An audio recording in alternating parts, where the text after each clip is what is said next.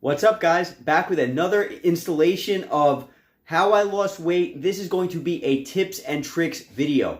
If you guys have been following along with the series, we are up to a point where now we've discussed all the fundamentals, and now I'm just discussing with you guys some tips and tricks that I suggest, things that have helped me to lose weight over the last months, guys. If you've been following the channel, you know that I went from 210 pounds. I'm now down to almost 150 pounds, almost down to that. Guys, it's been quite a journey, but it's only been about 6 months. So we're discussing all the things that have helped me throughout this time, all the tips and tricks. Let's get into it. All right. So again, keep in mind though, this is just going to be another video. After this, I'm going to be coming out with another one because, guys, I've accumulated so many different tips and tricks. So please feel free to stick around. I'm sure this stuff is going to help you guys on your weight loss journey. All right, so the first thing that I want to discuss today is don't skip meals. Now, that's my opinion. I used to intermittent fast. I know what it's like not to eat. I'm actually very comfortable with intermittent fasting. I love intermittent fasting. The reason why I stopped intermittent fasting, however, is because, number one, Tonal works me so hard that I can't even go through with my intermittent fasting anymore. Tonal has been breaking me down so much that I needed to eat throughout the day. It caused me to stop being able to intermittent fast. So it is what it is. And also because I want to optimize my protein intake, right? Now, I try to eat my protein 5 times a day because our bodies can absorb protein about 5 times a day, according to literature, right? So I try to spread my meals out, have 5 meals a day, each one has protein, okay?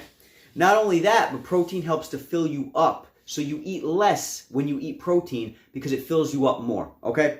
So don't skip meals. That's my opinion, okay? The reason why is because a lot of the time when people skip meals, by the time they realize that they need to eat, by the time they realize that they are hungry, they are starving. So what do? They make bad decisions. You're going to go out, you're going to buy something quick. It's probably not going to be what you should be eating. It's going to be over your calorie limit, or it's going to be under your calorie limit, over or below your protein limit. Guys, you want to try to not allow that to don't even allow yourself to come close, in my opinion. Don't even come close, guys. Make sure that you know when your next meal is coming, and make sure you have it planned out accordingly, all right? Don't surprise yourself. Don't allow yourself to fall into that type of an uncertainty, okay? Know where your meal's coming from, and don't skip meals. You're going to make bad decisions if you do, okay? Now, the second part of that is if you're looking to skip meals because you want to save on calories, because you know that you have a dinner tonight, you really want to eat that lasagna, and you want to save your calories for that, that's no problem.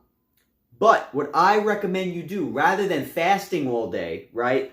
Rather than skipping meals and becoming ravenous because you just can't control yourself anymore, because by the time you get to that lasagna at the end of the day, you're going to eat triple times the amount now than you would have if you didn't skip meals. So you saved your calories for the end of the day because you wanted that lasagna, but if you ate throughout the day, you'd be able to have a piece of lasagna, and it may have even, equaled out to your calorie allotment for the day. But because you skipped the meals, now you're having 3 times the amount of lasagna. Now you're compiling calories. Guys, it's just going to be bad for you. So what I recommend is have a high protein and relatively low calorie snack throughout the day. Don't just skip the meal altogether. I recommend having a snack. Have a couple of snacks just so that your body has something.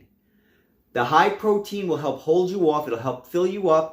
Okay? And you're not going to overeat later on when you have the lasagna because you ate a little bit throughout the day. You're not disturbingly hungry and you're not ravenous anymore, okay? So, all right. The next one is similar to what we just spoke about, but the next one is don't starve yourself all day because you want a meal at the end of the day, all right? Now, have any kind of a snack. If you're not on a high protein diet or you don't like protein, have any sort of a snack, whether it be a piece of fruit or something, anything, okay?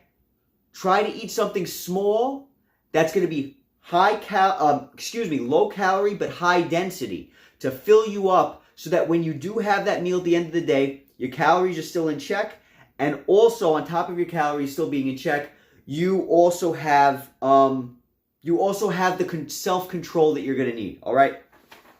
Similar to the first one, but a little bit different, in my opinion. Okay, and the third thing I want to discuss today, this is going to be a short video.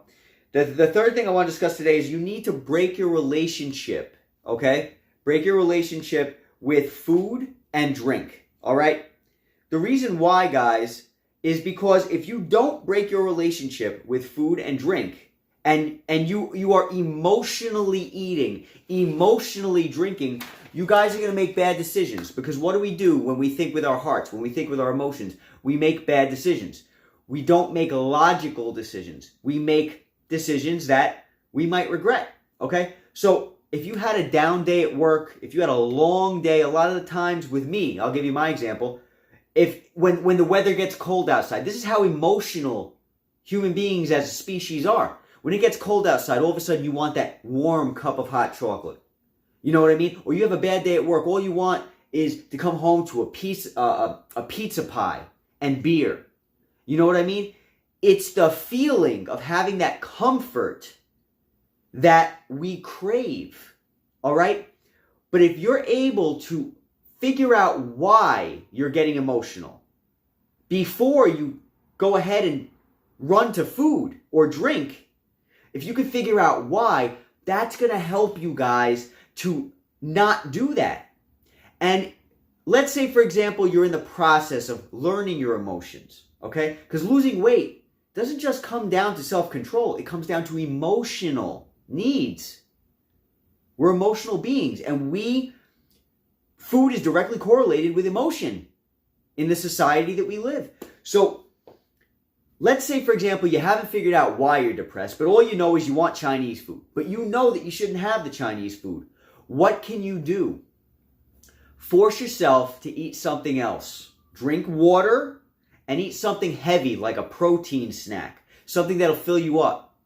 To the point where, you're still under your calories because you had a low-calorie, high-density snack or meal instead of the bad food that you wanted, so that you're either not hungry anymore and that sensation went away, or if you do cave and you get the Chinese food, you're going to eat less now because you went ahead and you had something else in your stomach to help to kind of balance it out. So now you don't go crazy, you just go half crazy, all right?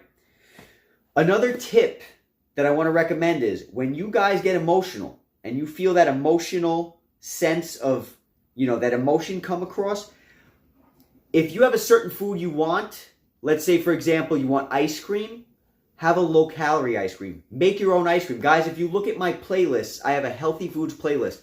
I show you how to make low-calorie ice cream. Or have a diet soda. Something that's going to satisfy that sweet tooth without the calories. Okay?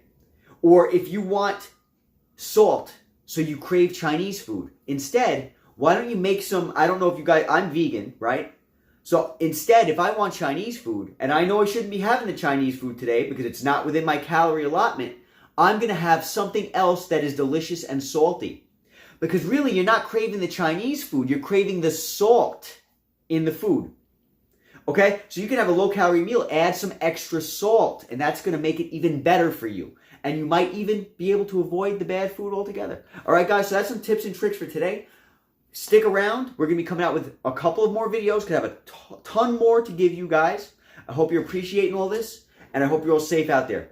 Look forward to seeing you at the next video. Take care.